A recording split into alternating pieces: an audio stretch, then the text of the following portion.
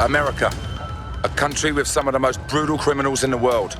And fighting back are some of the world's toughest cops. Yeah, he's round the back. It's a job where murder, drug wars and gun crime are part of everyday life. Come here. A job where doing your duty could cost you your life. They're running, they're running, they're running! Run! We got one! Now I'm joining some of these cops on the front line in the battle against the bad guys. We got him. Yeah.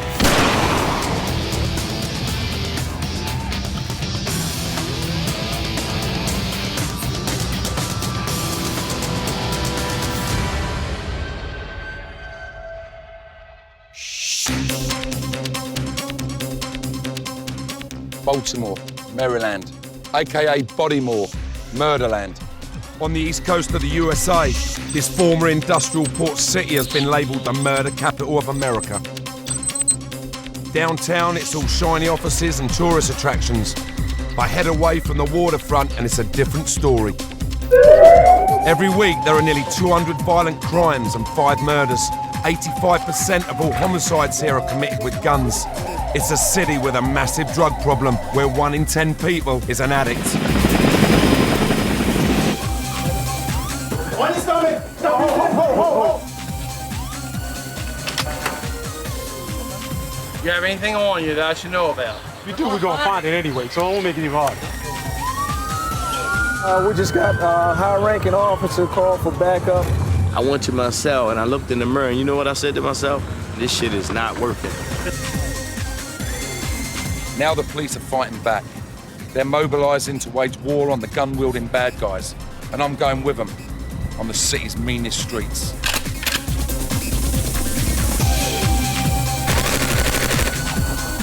It's out of control down there. It's off the hook in Baltimore.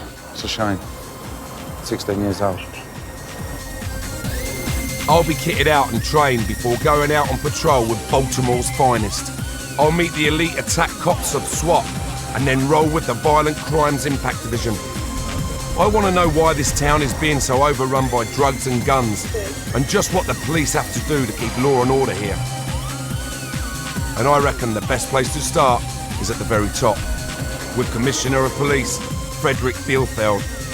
He has abandoned a zero-tolerance policy in favour of targeting the worst criminals out there. 50% of all the people charged with murder in this city every year had prior gun offenses. Bad guys with guns, they get out of jail, you know what they do? They get guns again. Yeah. So primarily, it's the guns you're going after. It really is about the guns, because again, what can everyone agree on? Cops agree that guns are important. Cops get that, and the community gets that. Anywhere you go, people understand bad guys with guns represent a threat to all of us. In Britain, they said, that's it, ban handguns. Is that not what you need to do here? It's like trying to count grains of sand on a beach.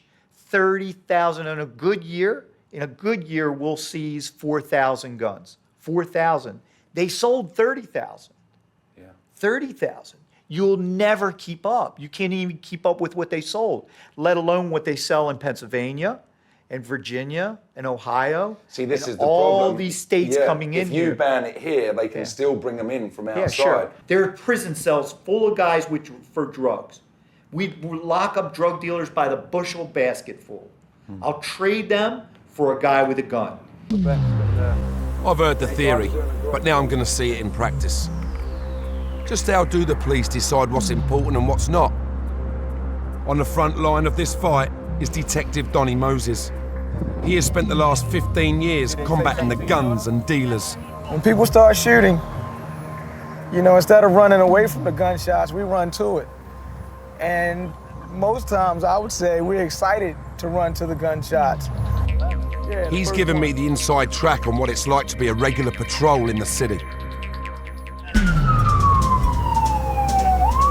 Today, Donnie's out in the Western District with Officer David White. It's an infamous area of the city with high crime figures and mass unemployment. The summer days are long and hot here, and trouble comes thick and fast. It's supposed to be Guy inside the house tearing the house up, wrecking the house, and he has a knife with him. The officers are on their way to a domestic disturbance where a young man is threatening his parents.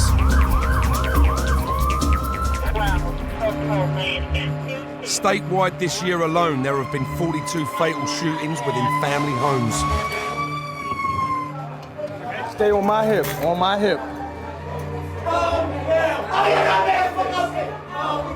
The young man is in the kitchen and still arguing when things really kick off.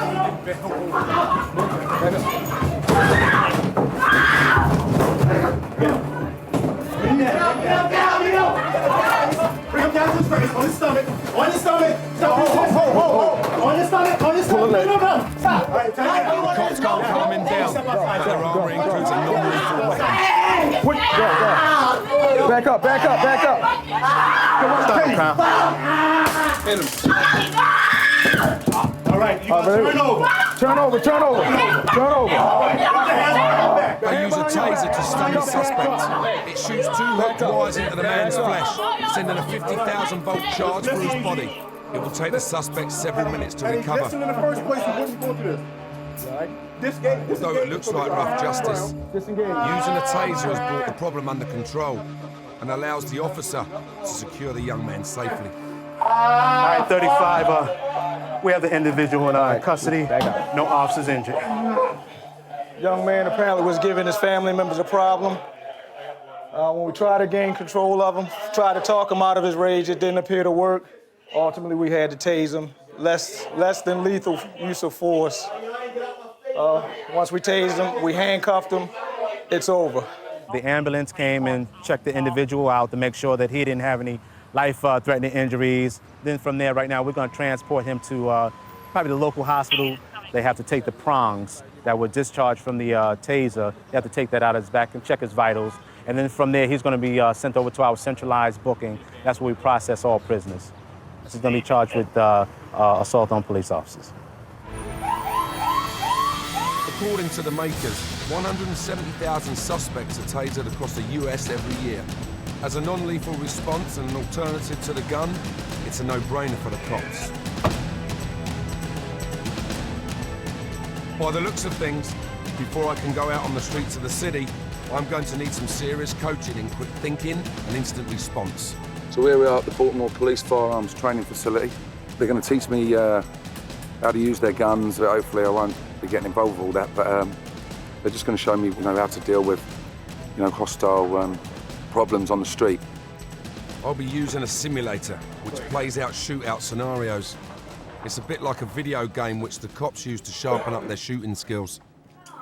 This is a firearms training system, and we bring recruits, we bring our officers in here. Basically the same kind of weapon that we carry on the streets. It's a Glock Model 22, 40 caliber, and you just aim and shoot. Well, he's not getting back up, is he? You ever shoot? Yep. Good. Let me see you do it. Yeah, you need some training. In the movies, even if you miss them, they go down, Yeah, movies. The movies is the worst thing we can see. I hate movies. And we'll show you Now I've here had a as soon as we get it. practice, I'm ready. it's my turn to take out the bad guys. What do you shoot a dog for? The machine stopped us saying you're not supposed to shoot the dog. Secondly, that dog's on a leash. That dog can't hurt you. Right, okay. Okay, so we'll continue. We're going to take care of you.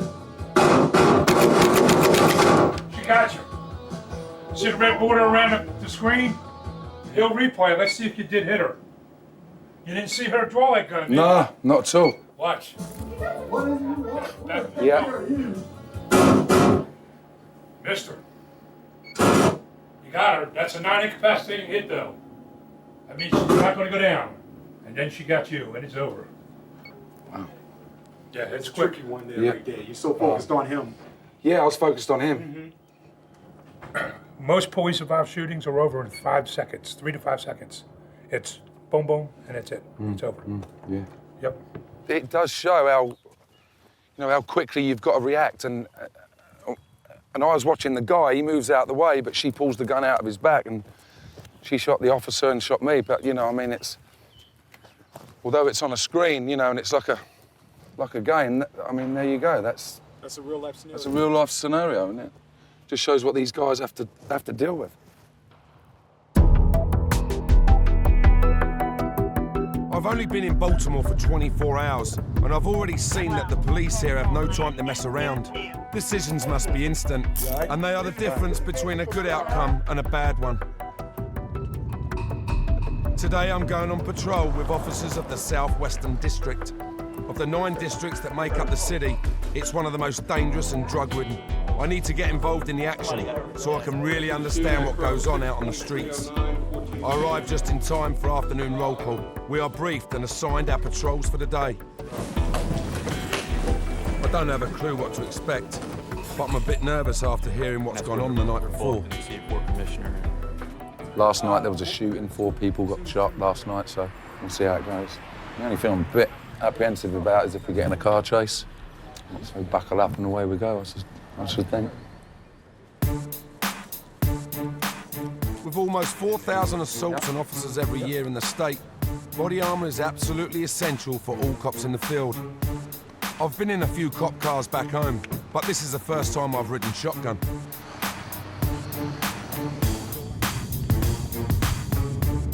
I'm riding with officers Troy Harris and Tim Hefner through some of the toughest streets in the city. As a rule, a patrol unit will police their local area and call in backup specialist units as and when they're needed. We've been on patrol for just half an hour and it's already kicking off. Oh, fine. Yeah. Just call 911. Yeah, just sit tight for me, fellas. Right there. I just saw this guy grab him and just smash him. Yes. What's going on? I'm the father. I'm the father. He's got a warrant on him in Baltimore County for breaking into my business. Today, he decided to break in my house, and he stole my truck, a $50,000 truck. You have anything on you that I should know about? You got a name? Oh, man, if you do, we're going to find it anyway, so it won't make it even harder. Why are you taking your dad's truck? I have a heroin addiction. He's jacked out his head. They're saying that he's wanted in another county. In Essex, I heard that. And here, actually, what the guys are saying is he hasn't actually done anything here to arrest him for. He stole from my house today. I understand it's in Hartford County, though. There's no way you can detain him. It seems to me that what the kid needs is help, but his dad is intent on getting him locked up. I want to know why he feels that jail is the only way to sort his son out. You know, jail's no good for him. He's got all them things. He's gonna, he's gonna die. I know it, man. It's my kid. It breaks my heart. It breaks my heart to have to put him in jail. But you know what? At least I know where he is and he's safe. Got a chance. He's got a chance in jail. He don't have a chance. He don't. I tried telling him before. Are them places not strong enough then to, like to get him over it? The rehabs and all, unless he wants it. Unless they ain't no good unless he's ready. Is he saying, yeah, he's ready now, but then when you get him there, he's saying you're he's worried ready because he's got in hot water, right? 15 cops around. You think he'll change his mind when he gets up there? When the dope wears off, he'll change his mind. Yeah. Will he? Good-hearted kid, but you know what? The drugs are killing him. This They're killing him. And it's such a shame. Yeah, and you know what? It's out of control down there. It's off the hook in Baltimore. You picked the right place to come find the violence. It's out of control. What, the drugs or the violence? What? The violence and the drugs. The violence comes with the drugs. Is it easy to get? Is that the problem? It's easy to get drugs in here around here, yeah, but it's dangerous. I mean, because especially you pull out a wad of money like that knucklehead had in his pocket. They'll say, yeah, just go around the corner. They'll shoot him for the money instead of just selling him the dope. You know, it's easier for him. You don't seem a bad guy. You just need some help, I appreciate your help, but they're going to release you. You're a young man, 21. You got life in front of you, I just got that fear of being dope sick, so that's why But it doesn't last forever, man. It doesn't last forever. You put a couple of months in and then, see where it goes from there, One step at a time, one day at a time, man. With no grounds to hold the young man, the officers encourage his dad to take care of him and get some help. They're going to release you to me. I'm putting you in Bill's truck and you ain't getting out because we're locking you in the back. I'm sick of living like this. Okay, I understand you're sick of living like this, but every time I try to get you help, you don't want it. The father now says he simply wants to take his son to the nearest hospital, hopefully to give him some treatment for his addiction. His son says he'll be happy to do that, and that's where we are now. Hopefully he'll go and get him some treatment. That would be a big plus out of all this. Well, we've dubbed Vinnie Hawkeyes now. The investigation leads to a recovered vehicle. Also leads to a young man who said he was out here who's addicted to drugs, and he was actually out here because he wanted to cop some drugs. So a lot of things transpired simply off of Vinnie. So appreciate the work on that, Chief. Thanks. Drug-related offences are directly linked to over 2/3 of all crime in the city. Cases like this are all too common, and the police are overrun with incidents. Back on board with Troy and Tim, it's not long before we're called into action again. It's my first high-speed ride through the streets of Baltimore, and it's fast and furious. We got Signal 13 officer needing assistance. We're trying to find a location and the whereabouts of the officer. I'm not quite sure what the initiated the call.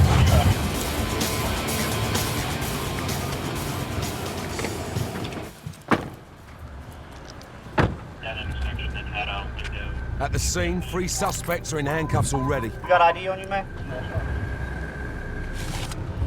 All square right there. Fuck. And they got Suspected at this point, crack cocaine. Crack cocaine. All suspected crack cocaine. Yeah. The driver and passenger of the Jeep Cherokee were delivering narcotics. We interrupted the narcotics deal, the purchase. We watched the exchange. We blocked the vehicle in. How much do you think's their street value? A couple thousand at least, easily.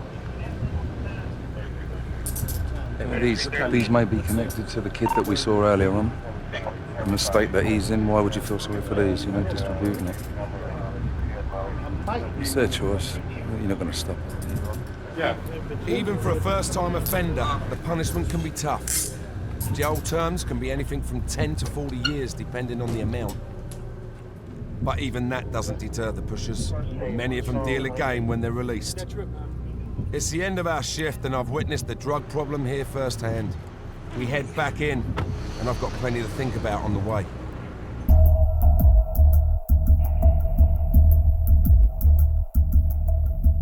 Across town, Detective Donnie Moses is on night patrol with Officer Alan Keats. After the heat of the day, the cool of the evening brings a darker side of the city onto the streets.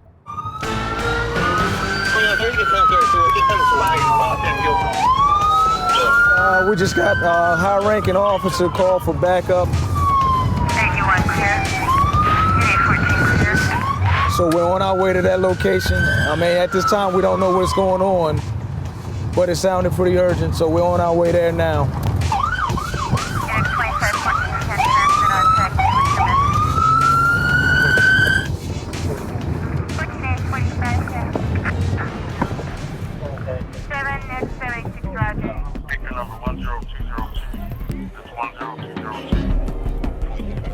As Donnie and Alan get to the location, the place is lit up with blue lights and an arrest is in progress. Hey, Lieutenant. This is the gun that they got off the suspect. Like I said, they got out on a guy they suspected to be armed. When they jumped out, he took off running. He was quickly apprehended. The gun was recovered. We're not going to touch it, but you can see it is loaded. Smith & Wesson with 9mm. With at least 6 rounds. This was a good gun. It's definitely a good grab off the street. So that's great work. Yep. Great work. Any gun off the street is a good result for the cops. But as they get back in their car, a report comes in of a shooting nearby.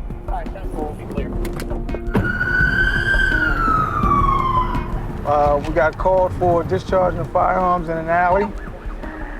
We take all of those serious because a lot of times you'll get a call for discharging of firearms and you'll actually find that you have a victim.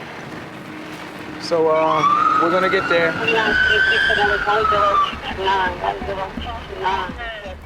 This area, they got a store right there, stores across the street, it is empty.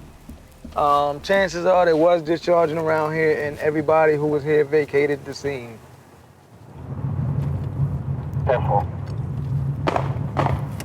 14 and 12 riding houses. Back in the alley, it either sounded like fireworks or someone. There we go.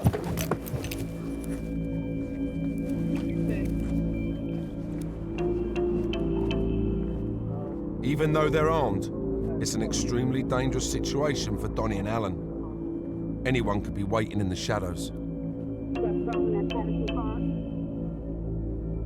Although it's dark, they still have to make certain of their targets. Without support, they are much more vulnerable to attack. You never know when you're coming into an alley. You might scare them, and their knee-jerk reaction is to fire at you, even though they may have been protecting themselves to somebody else that was shooting. But nonetheless, you got to be prepared to protect yourself. And we have 2 calls pending sector 1. So the other unit that showed up on scene, they said that it was just fireworks, firecrackers. Not uncommon, 4th of July is right around the corner. Both officers are grateful that it's just a false alarm and that they didn't have to engage anyone tonight.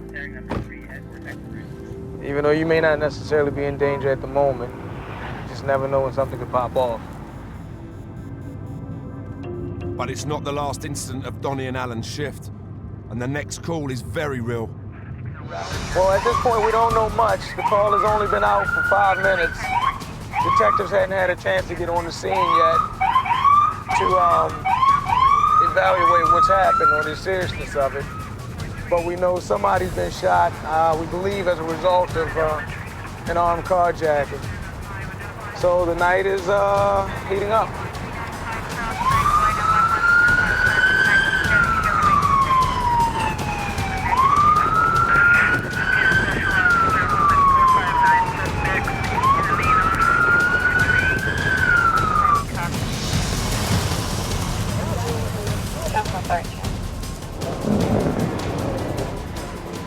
Officers and medics are already interviewing and attending a man who has been shot in the buttocks. Another man has been rushed to the emergency room at the local hospital with a gunshot wound to the face. They were in the area, probably about a block over from where we are now, driving a BMW, when at least one suspect approached, ordered them out of the car, fired the weapons. Neither of the 2 men are suffering from life-threatening injuries. He's Detectives are searching the location for any clues. So right now what we're doing is we're up here at the scene of the shooting, just protecting the crime scene. Everything inside this tape, could be evidence, has to be preserved in its current form and where it's at. Right now, that's our main priority. We now have a medic coming for this victim. It's this swift response that enables the area to be locked down and any information to be gathered as quickly as possible. The slower the response, the less likely it is that the criminals will be found. We got 2 different stories from both victims. They said they were carjacked in the area, but we don't know yet. Detectives are still investigating, trying to get to the bottom of it. So only time will tell. It's just about shift change. We're gonna head back to the Eastern District now, so we can let Alan get home and Alan's happy about that. Get back. I can get to my family. The threat of guns is a fact of life in Baltimore and never far from the policeman's faults. So just who do these guys call when they need serious backup? I've been on patrol in Baltimore for just 1 day and witnessed the extent of the city's crime problem. It's everywhere. Now I need to find out just what the police have got to fight this war that looks unwinnable. I pay a visit to the police rifle range to meet the Special Weapons and Tactics team. That's SWAT to you and me. These boys are at the top of the cop tree, trained to the max and armed to the teeth. They're sent in as a last resort when a full-on response with max firepower is needed. That was impressive. Okay. Yeah, well done, guys. Officer Zach Wine shows me through some of their arsenal. Standard handgun, 40 caliber. We carry our handgun. We have lights on the front. This is a 20-inch shotgun. If you hold them up. 20 gauge? 120-inch. Yeah. They're all 12 gauges, but you can see by the barrel length that you can shoot a little further, a little more distance with this. But as far as like an entry weapon, this is a 14-inch. You see how much shorter it is? So when you're going in a house, it's much easier to swing through hallways, but it's going to spread a lot quicker. This is a G36. It fires 223 rounds. There's the magazine for it. Holds 30. It's plastic, huh? Great sound, that, huh?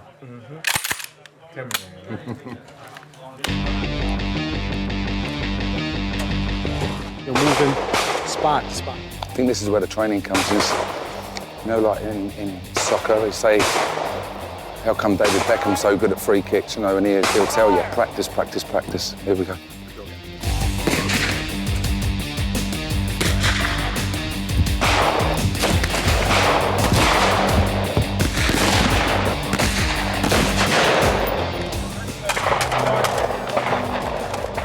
I can see the grouping from here, unbelievable.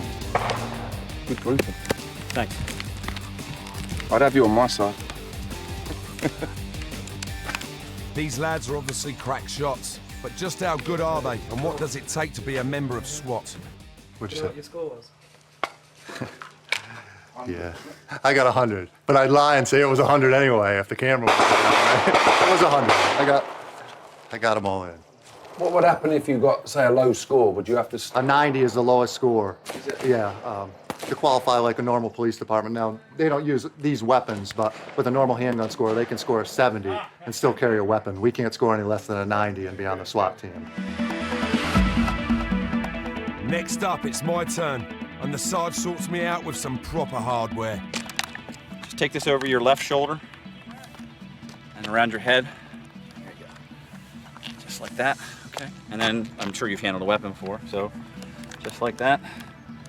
You have your aim point here. Yeah. One click down, semi-automatic. So you pull the trigger, it'll just fire one round. Right. Both click down, so if you go all the way down, yeah. If you pull the trigger, you hold the trigger back, it'll discharge until you're out of ammo. Okay. Keep that red dot right in the center of his chest and just pull back nice and slow. And hold the trigger back. That's it, that's it. All right, headshots, go for the head. Yeah. Pull the Now trigger, I let get it to go. see Pull the trigger, just let it how go, and then deadly we'll this see how it weapon goes, really okay? is. Yeah. All right, so go fully automatic, all the way down, 1, 2. Just hold it to the rear and let it ride, okay? Okay. All right, go ahead. Ho-ho! There you go. There you go. Weapon on safe. There you go. Okay, good. Okay. There you go. Thanks. You're very welcome. That's a nice little rush, isn't it? That's Yeah, something, isn't super. We got him anyway. it? Yeah. Did you? Very good. That's it. There's the. That's where he said I had to get inside. So there's one out there, but he got it there, and then this was the semi. Look, one right there. It's all very well to go firing at paper targets, but what if I was faced with the real thing? It's not just about pulling the trigger. Right. It's the years of training that go into making a SWAT cop that makes them such a deadly force. With the sound of gunfire still ringing in my ears, I head back over to the Eastern District to meet Lieutenant Rob Quick of the Violent Crimes Impact Division. They were formed in '91 to focus on gun crime, drugs and gangs. They're responsible for half the narcotics arrests in the city. I hit the streets with Rob, who brings me up to speed with the area and fills me in on why policing is in his blood. What made you decide to join the force? It's a family affair. My grandfather was a Baltimore City policeman. My uncle, his son, so it was on my mother's side, was a Baltimore City policeman. I was very close with him and my grandfather growing up. I knew right away it's what I wanted to do. How many cars we got out tonight, do you think, Rob? Tonight we've probably got about 12 cars going. 4 squads, 3 cars per squad generally is about the rule. We're on the prowl. Guys will begin to drive around and look for suspicious activity, monitor the radio for any calls for service, which might be something we'd want to address. And every incident, even when you pull a car over, whatever, there's always that threat, isn't there? There is. You never know what you're going to experience out here. One squad patrols up ahead, sniffing out and spotting potential suspects. The team have license to roam throughout the city districts. It's instinctive police work, and there is no substitute for experience. As dusk draws in, we get a call from the boys up ahead. As suspected, got an informant information about an area we had just driven through a little earlier, Milton Avenue and Biddle Street. It's a pretty known heroin shop. They got some information that a particular individual is dealing down there right now. It's here on the right. Rob notices one of the lads acting suspiciously as we pull up. Gentlemen, how we doing? Everything okay? Well, what were you doing in that alley? I wasn't in no alley. You were never in an alley? I didn't just see you walk out of the alley like a minute ago. No, you saw me walking down the street. You was in the street, but not the alley? No. God, I'm gonna beg to differ with you for a minute, okay? You don't have any ID on you, though? No. Gotcha, all right. Greg, you got him for a second? Could check something out. As a norm, a dealer will stash their drugs close by in order to avoid getting caught red-handed. They saw the guy with a baseball cap popped out of here and went back in with them. They want to search him a bit more, I think, so I think he might have something in his shoe, but just needling a haystack trying to find anything. He denied being in the alley, and I know I clearly saw him exit the alley, so that could be one tell that there is something back here. You see the sandwich baggies, that's the indication. Generally speaking, the higher concentration you see them in an area, the longer that they've been using that to lay the drugs down. We have no joy in the alley, but one of the lads has noticed a woman acting suspiciously, and he confiscates her purse. Is it what's in here, what I think's in here? She said yes, which referring to drugs, so I don't know how it is. $6 gel caps of heroin, don't see them all every day. A few more in there. She's a couple. Gotta have it. For how long? Generally speaking, at the street level, the dealers are users. They're either juveniles trying to make money or adults with habits trying to support the habit by selling. When we came by the first time, she had this little purple purse in her hand, and she actually was right here in this alley. She handed a guy a small object. So as I circled the block to check it out, Lieutenant Quick had saw somebody else in that alley down the other end, so she had an opportunity to go inside the house. So as we were within the block or so, she came outside the house, sat down on the steps, still had the purse in her hand. She set it on the steps. I just asked her if I could talk to her, picked her purse up, and it was immediately apparent that there was gel caps of heroin in there. So I asked her if she admitted to it. So. We do a routine check of the scene and move on. But it's like a crime a minute in the Eastern. And on the next block, we pull up a car with a couple of young men in it. Rob suspects drugs, and he sends a dog in to have a sniff. We're just saying the driver looks really nervous. He's sweating. He just put his head down, he was shaking his head. When the dog stops and stares, he just alerted for the presence of narcotics. The suspects are asked to leave the vehicle so the dog can get in closer. Would have put the dog around. The dog's alerted, and one of the officers said if it points, it's drugs or a gun. But the boys are saying there's nothing to say that they weren't smoking earlier in their marijuana or something like that. But the driver did look nervous. This lot get lucky, as all of a sudden we get a tip-off. Someone is dealing drugs a couple of blocks away.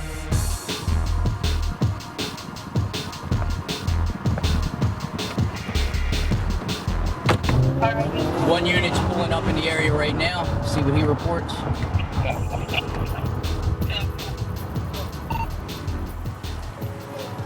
Is it your pocketbook, yes or no? Yeah, that's my pocketbook. It's your pocketbook? Yeah. I feel packaging for drugs inside of here. Packaging for drugs? Yes, ma'am. Ooh. And that would be what I'm feeling. All right, well, like I said, that's not my pocketbook, so... But you said it was your pocketbook. Stand up. It's not my pocketbook. Okay, is there anything else on you? No. Yellow top vials of a white substance that more likely than not is going to come back cocaine when analyzed. This is a common area for sales of cocaine. It's commonly the way in which it's packaged. So my guess is on cocaine. Not only have we found the suspect we were tipped off about, but we also arrest her mate who has a bag full of heroin in her possession.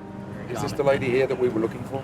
I believe so. I haven't had a chance to confirm So that the other yet. one just got and caught in there? frankly, her description was pretty similar as well. If you notice, they both have white shirts, and my understanding was the information was a female with a white shirt. So I think it could have been either one, and probably these guys seeing that I stopped one, keyed in on the second, just in case. And in this situation, both of them were dirty. Swept the net. Yes. Got 2 in 1. Yeah. Is she sitting there working for somebody? More likely than not. She can't afford that, could she, or what? Generally not. So someone will be saying, right, you sit here, when they pull up, just give them the thing. So she's got caught up in it. Generally speaking. It's a shame. 16 years old. What I've learned is that for Rob Quick and his team, it's about making small, steady inroads into the drug and gun problems. It's been a successful night, and we head back to the station to process the suspects. I've been in Baltimore nearly a week, and I'm beginning to appreciate the risks, threats, and frustration the police face every day. But to fully understand what being one of the toughest police forces in the world is all about, I need to meet the violent criminals they're dealing with. I head over to the west side of the city to meet former local drug dealer Keith Jones, whose life has been overshadowed by gun crime. I had a situation prior where a guy had killed my father, and with a gun? With a gun. Was he a dealer? No, he was actually a drug user. It was some type of like a robbery going sour, what have you. But in the process, my father lost his life. In the ultimate act of revenge, Keith lay in wait for his victim. We came out of the alley, and when I came out of the alley, he turned like this, and that's when I stood up. Boom, boom, boom. He fell. Boom, boom, boom, boom, boom, boom. The street justice was that, man, you either be of the survival of the fittest, you either be a wolf or you'll be a sheep. Keith was sentenced to 35 years in prison, and it was there that he reached a turning point in his life. I went to my cell and I looked in the mirror, and you know what I said to myself? I said, man, this shit is not working. And I started investigating religions. I started reading and stuff. I said, man, I gotta get myself together, Keith now spends his time talking to young people about gun crime, and it's this matter that I need to get to the bottom of.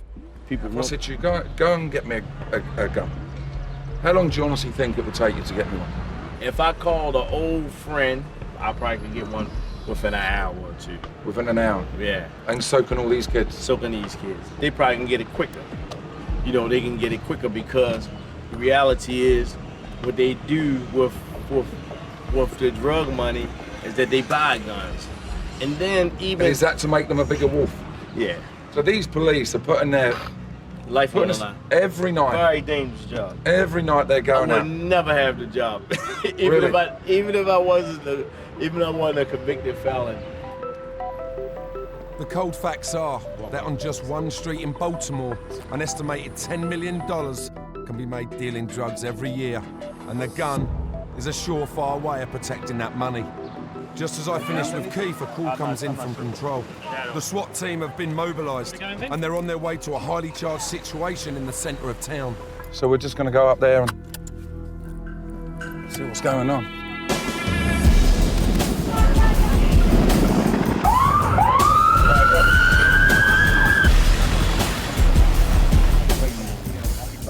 When I get there, the police are closing down the block and the crowds are held back. The guy that came out with a machete after the kids in the street, and now he's gone back and said he's going to, he's got a revolver, 38 revolver, so he's barricaded himself in the house apparently, so this could be a long one.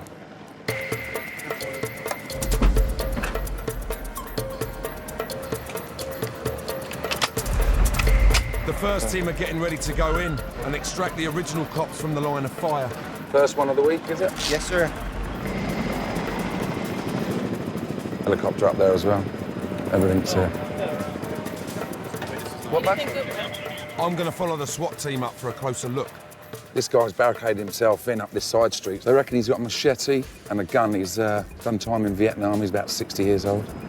And there's the armoured car there. You can just see the SWAT guys here up the side. Come here. Hey, we want to move out of the line of sight altogether. If he has a long rifle, you want to be out of line of sight so he can't shoot you. Can't shoot somebody, yeah. Well, especially you, yeah. Well, he might not have liked my films, John. Maybe he wants an autograph. It's all going on around me. You can sense that the team are on edge as the operation starts to unfold. The guys that were here first on the scene, we basically chased him back into the house. They've had to stay there and secure him. So then the van's gone in, got them in the van now, brought them back out to safety. So now the boys, that's why we saw the boys with the big shields going in. SWAT have carried out the first part of the job. They've removed the patrol officers who were first on the scene. It's then that the negotiators come forward, and I managed to get hold of one for a word. What's going on? Most of the snipers are here, and they're going to be setting up in their positions. Then negotiators are going to go up in the Bearcat and try and make contact with them. We can roll from there.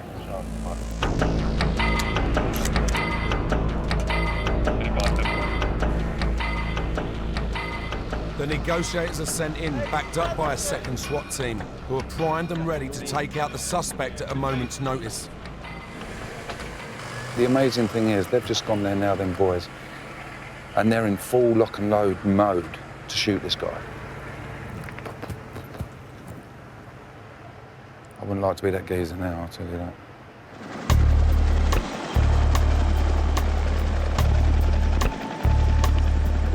It's been 4 hours since the siege began. The man has shown no sign of coming out. I spot Zach from the rifle range. It's not just jump out the van and all rush in, is it? Rush in, At least the weather's nice. When it's raining or snowing, 4 hours can seem like a lot longer, you know that.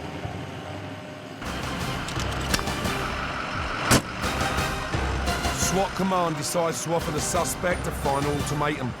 The team then moves into position to bring the siege to a close. Tell him to come outside with his hands. I'm told they might fire tear gas and I'm asked to clear the area. But I can't move.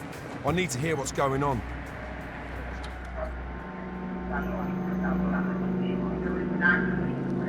Suddenly, I'm overcome with fumes. We're about 60 yards away and they've put the tear gas in there. It's horrible, right, gets right in your throat, makes you sneeze. I don't know how he's still in there. The tear gas has forced a man to give up, and the siege comes to an end. It looks like they've got him in the street now on the floor. He's here now, he's in shorts. Oh, he looks the right state. It's hard to believe this old man has caused so much drama that half the district has been closed down. He seems a tough bastard, though, doesn't he? Really? He's got cuts and bruises everywhere. They just said to him, "You all right?" He said, "Well, I'm breathing." Such a shame, really. He's fought for his country and that, and, you know, it's ended like this. He just said, you know, I don't know what all the fuss is about. I ain't done nothing to no one. It's sad, but we got here around about, I don't know, 6:30, so it took 5 hours to get him out. You know, fantastic job by the SWAT. You know, they took every precaution. Made sure he didn't get hurt, made sure no one else got hurt. Just all sad, mate. So there it is.